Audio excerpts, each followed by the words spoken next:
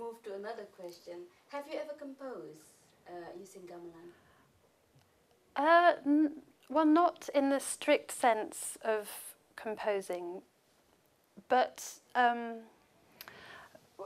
one of the things that we've developed a lot as part of Good Vibrations is using gamelan instruments in free improvisation, and that began as a kind of almost afterthought. You know, the main business must be teaching people how to play traditional gamelan music, and we'll do a bit of improvising just for a bit of variety. But increasingly over the years, we realised that actually the real heart and soul of a Good Vibrations course is this free group improvisation, and that's where people really start to learn about listening, about the different roles you can perform in an improvisation, you know, leading, following, stopping playing and observing, and disrupting, coming in with something completely opposing what's going on. And I've joined in a lot of these free improvisations over the years, and love it. And we do, and now we sometimes have done a bit of that in Southbank Gamelan Players as well. So it's creating music, but as a group. And also in Good Vibrations, we often encourage the group to create a composition together. So that's composing, but it's not an individual composition, it's a group composition. And again, I've enjoyed being sort of part of that process quite often. Some of that has transferred over to Southbank Gamelan Players, I think, because there's quite a big overlap between people in Southbank Gamelan Players and people who are part of the Good Vibrations team. And I did notice recently, actually, when we were devising the first part of our set for the plaid Southbank Gamelan Players collaboration gigs that we've been doing, the process of devising that first part of the set, it felt like a Good Vibrations process, actually, because it was about everybody having a contribution to the process of the composition. You know, it might be just suggesting pieces that might fit in with it, creative ideas, arrangements of things, brand new compositional elements, suggestions for revisions once we'd got something together but it needed changing. And we were all part of that. Everybody in the group had a role in creating that piece.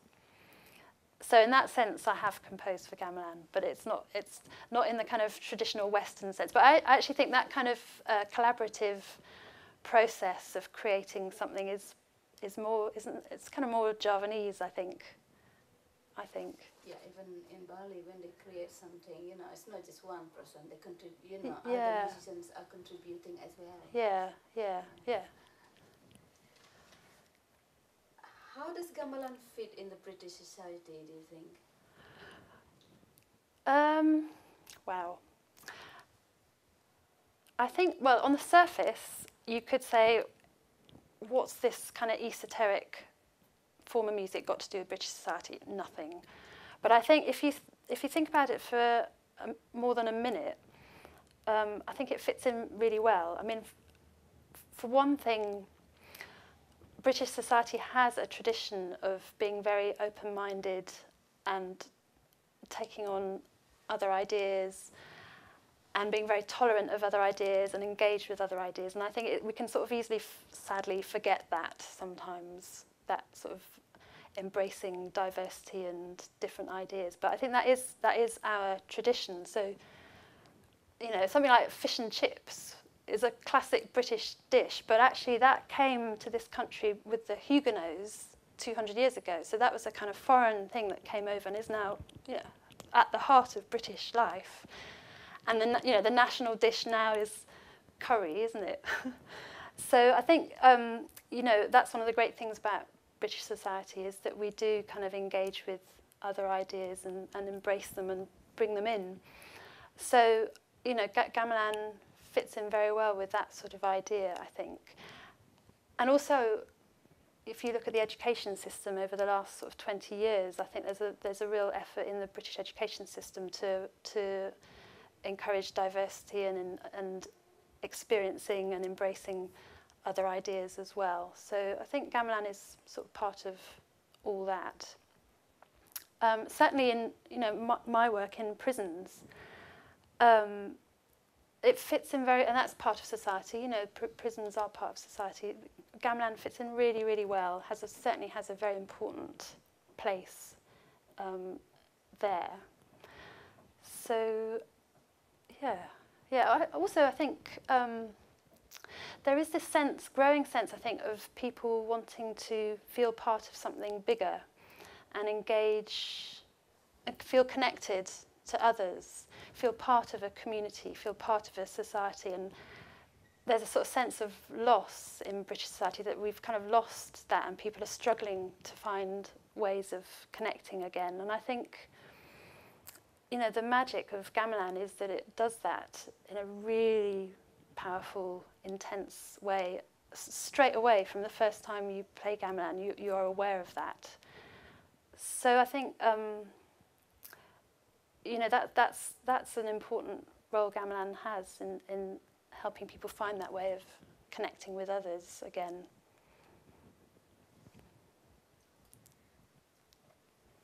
Anything you would like to add that I hadn't asked you before?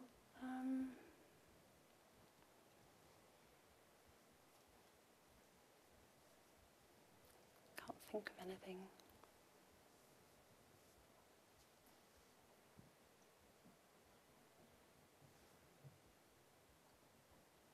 Were you going to ask about what I'd got out of gamelan? Yeah, I was going to ask you, what does gamelan, does playing gamelan affect your life? Okay, yeah. Does playing gamelan affect your life? Yes, definitely. It's had a massive effect on my life, actually. In terms of the time I spend doing gamelan-related things, it's my job now. My full-time career is running this charity doing gamelan in prisons. I do classes here at the Southbank. I'm in a class once a week. I'm also in Southbank Gamelan Players. So it's a major part of my life. You should ask my very long-suffering husband. When I started gamelan 15 years ago, or however long it is, I was doing very well professionally, and I had everything going for me, basically. Superficially, I had a really good life, but I was actually feeling quite, I wasn't very happy, and I was kind of looking for kind of meaning and purpose in life, and I didn't really feel connected to other people or other things. I was like in a sort of bubble of kind of self-interest, basically. And 15 years later, I'm in a completely different place. And I don't think I can attribute all of that to gamelan, but I think gamelan's a big part of that. And it's sort of going back to what we were talking about before, about the magic of gamelan is making you feel connected, properly connected to other people. So finally I was feeling part of something bigger than just me. And and if you look at, there's quite a lot of research now about what makes people happy. And one of the factors in happiness is feeling connected to others. So that, clearly that sort of led to an increase in my happiness. And another factor in happiness is the amount of flow you have in your life, which means the amount of activity you do that is just satisfying in itself, an absorbing activity that's enjoyable in itself. It may be working towards something, but it's just in itself satisfying, and you get kind of moments of satisfaction coming one after the other. And you're totally absorbed in that activity. And the more flow you have in your life, basically, they found, the happier you are.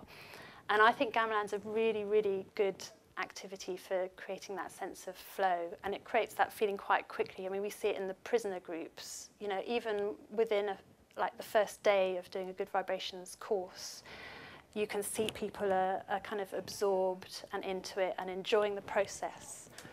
So creating that kind of flow in my life definitely sort of led to sort of greater happiness.